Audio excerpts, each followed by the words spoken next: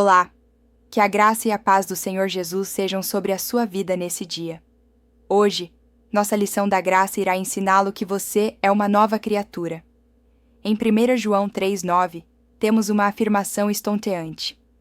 João diz que todo aquele que é nascido de Deus não vive na prática de pecado, pois o que permanece nele é a divina semente. Ora, esse não pode viver pecando, porque é nascido de Deus.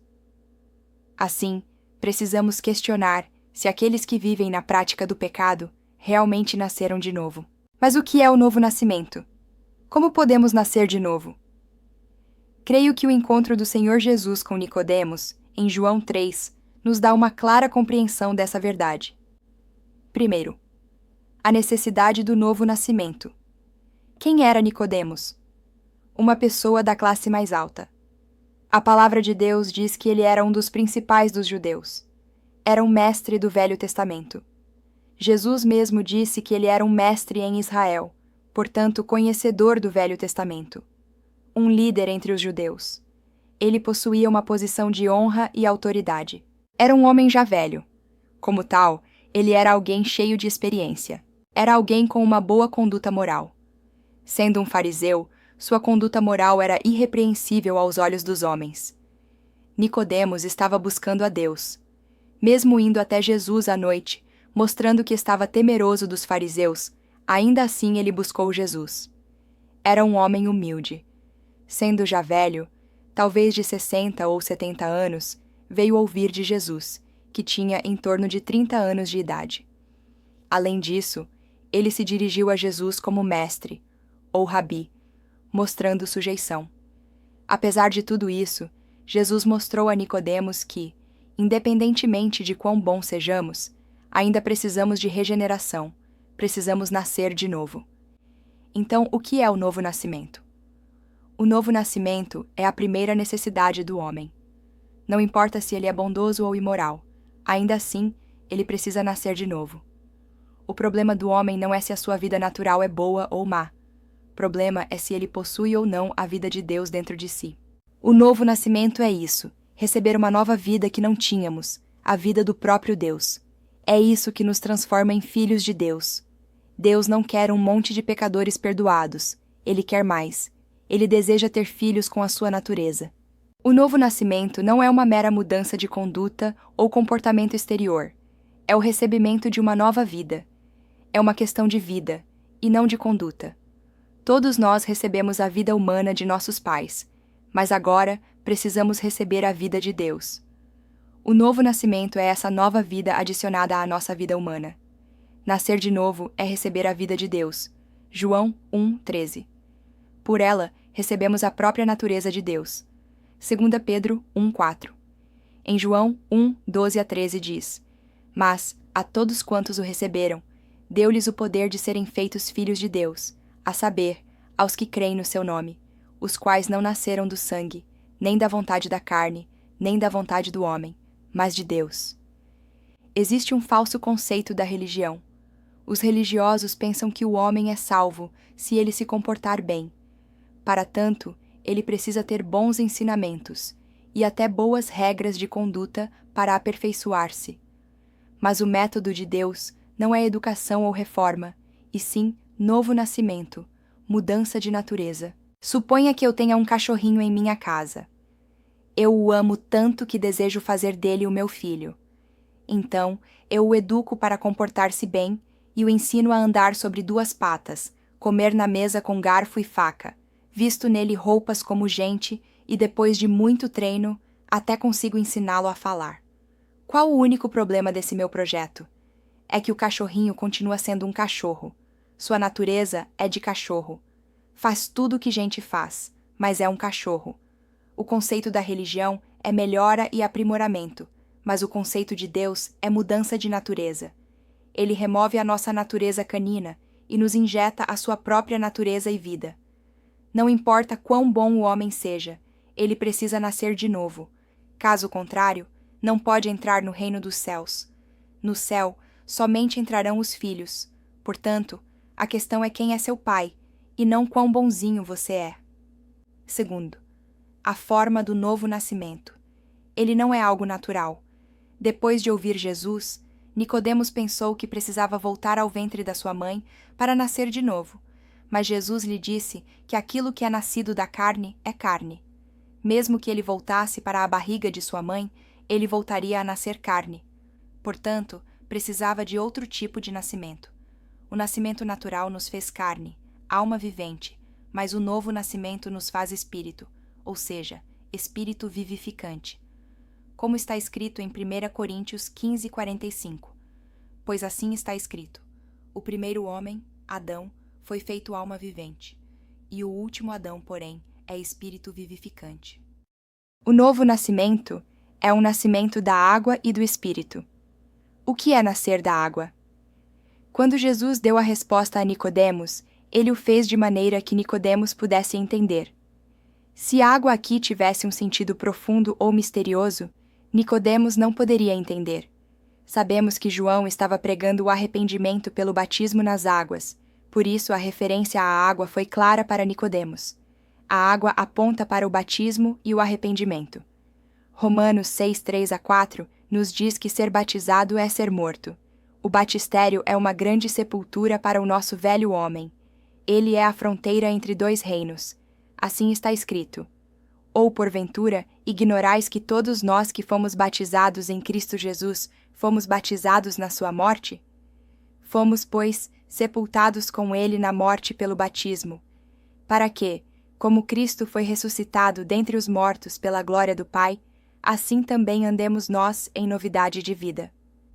Vamos chamar o reino das trevas de Trevolândia e o reino da luz de Luzilândia. Sendo eu alguém nascido na Trevolândia, estou debaixo da sujeição do rei de lá, o Senhor Trevoso, o diabo. Mas Deus deseja nos transportar para o outro reino, o de Luzilândia. Ele nos libertou do império das trevas e nos transportou para o reino do Filho do seu amor. Colossenses 1:13.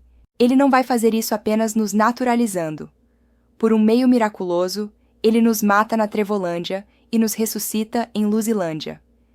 Isso nos faz cidadãos do seu reino por nascimento. Isso é nascer da água, ou seja, nascer pelo batismo de arrependimento. É também correto dizer que nascer da água é nascer pela palavra de Deus. Jesus disse que suas palavras são espírito e vida. E Tiago 1:18 e 1 Pedro 1:23 nos dizem que a palavra de Deus é a semente do próprio Deus que foi colocada em nosso espírito, tornando-nos seus filhos. Pois, segundo o seu querer, ele nos gerou pela palavra da verdade, para que fôssemos como que primícias das suas criaturas. Tiago 1:18. Pois fostes regenerados, não de semente corruptível, mas de incorruptível, mediante a palavra de Deus, a qual vive e é permanente. 1 Pedro 1:23. E o que é nascer do Espírito? Todos sabemos que o homem é um ser triuno, espírito, alma e corpo. O novo nascimento não acontece em nosso corpo, nem em nossa alma, mas na parte mais profunda, em nosso espírito. 3. O mistério do novo nascimento. É como o vento. A palavra espírito e vento são a mesma palavra no grego, pneuma. A regeneração não é alguma coisa física, mas espiritual, como o pneuma. É como o vento. Embora seja intangível, pode ser percebido. Assim, o novo nascimento não é para ser definido, mas experimentado, algo que ocorre neste mundo. Jesus disse, no verso 12, que ele estava tratando de coisas terrenas. O novo nascimento é algo que acontece neste mundo, em nossa vida física. Isso contradiz o conceito espírita de que o novo nascimento acontece na reencarnação. É a única maneira de entrar no reino dos céus. Um reino nos fala de pelo menos 3 coisas. 1. Uma esfera, um lugar onde reina um soberano. 2. Um grupo de pessoas que são os súditos de um rei. 3. Um tipo de natureza. Por exemplo, só pertence ao reino vegetal aquilo que é vegetal. Só pertence ao reino mineral aquilo que é mineral. O reino dos céus envolve todos esses aspectos. É um lugar para onde iremos, e também é um grupo de pessoas ao qual agora pertencemos, que reconhece Jesus como Senhor e Rei. E, por fim, é também uma mudança de natureza, pois assim como somente vegetais pertencem ao reino vegetal, somente filhos de Deus, nascidos no Espírito, pertencem ao reino dos céus, que é espiritual. O novo nascimento é uma mudança de natureza. Natureza é aquilo que fazemos espontaneamente, sem ninguém nos ensinar. Não precisamos ensinar o cachorro a latir, porque ele tem a natureza de cachorro que o leva a latir. No mesmo princípio, não precisamos ensinar um pecador a pecar. Ele vai fazer isso espontaneamente, porque faz parte de sua natureza. Ninguém precisa ensinar um bebê a pecar. Quando recebemos a nova natureza de Deus por ocasião do novo nascimento, não há necessidade de ninguém nos ensinar a fazer o bem. Isso será natural para nós. 4. A verdadeira condição do homem, envenenado pela serpente. Para que Nicodemos entendesse, o Senhor usou de uma ilustração que se encontra no Velho Testamento, a serpente de bronze. Números 21, 6-9 diz: Então, o Senhor mandou entre o povo serpentes abrasadoras, que mordiam o povo, e morreram muitos do povo de Israel. Veio o povo a Moisés e disse: Havemos pecado, porque temos falado contra o Senhor e contra ti. Ora ao Senhor que tire de nós as serpentes. Então Moisés orou pelo povo. Disse o Senhor a Moisés: Faze uma serpente abrasadora, põe-na sobre uma haste, e será que todo mordido que a mirar viverá. Fez Moisés uma serpente de bronze, e a pôs sobre uma haste. Sendo alguém mordido por alguma serpente, se olhava para a de bronze, sarava.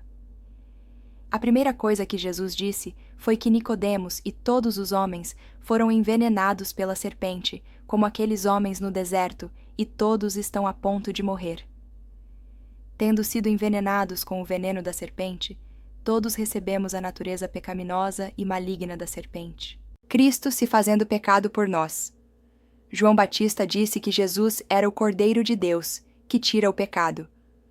Mas aqui, em João 3,14, Jesus disse que ele é a serpente de bronze, que destrói o poder do diabo e do seu veneno.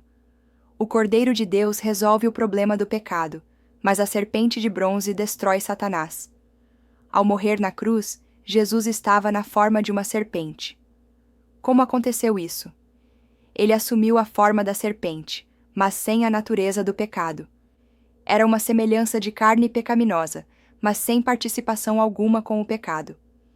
2 Coríntios 5:21 diz: Aquele que não conheceu o pecado, ele o fez pecado por nós, para que nele fôssemos feitos justiça de Deus.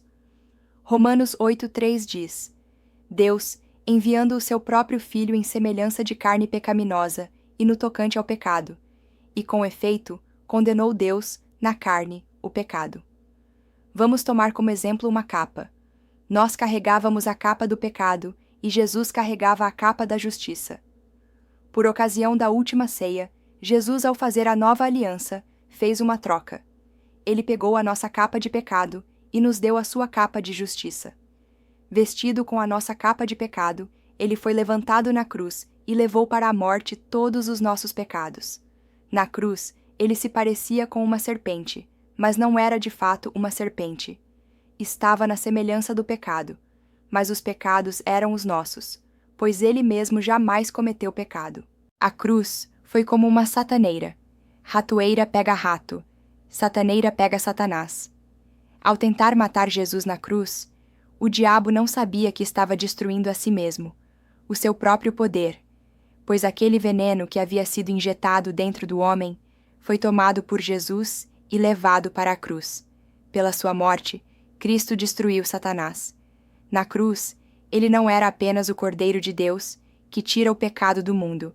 Era também uma serpente de bronze, mas apenas uma cópia, que destruiu a verdadeira serpente, Satanás. Em Hebreus 2,14 está escrito: Para que por sua morte destruísse aquele que tem o poder da morte, a saber, o diabo. A causa última pela qual o homem precisa nascer de novo é porque ele se tornou serpente aos olhos de Deus. Essa natureza de serpente precisa ser removida e colocada à nova natureza de Deus, o Zoe, ou a vida eterna, a vida com a qual o próprio Deus vive. Aqui chegamos ao fim da nossa lição. Se você gostou desse vídeo, deixe sua curtida, se inscreva no canal e compartilhe a mensagem com outros. Até o próximo vídeo.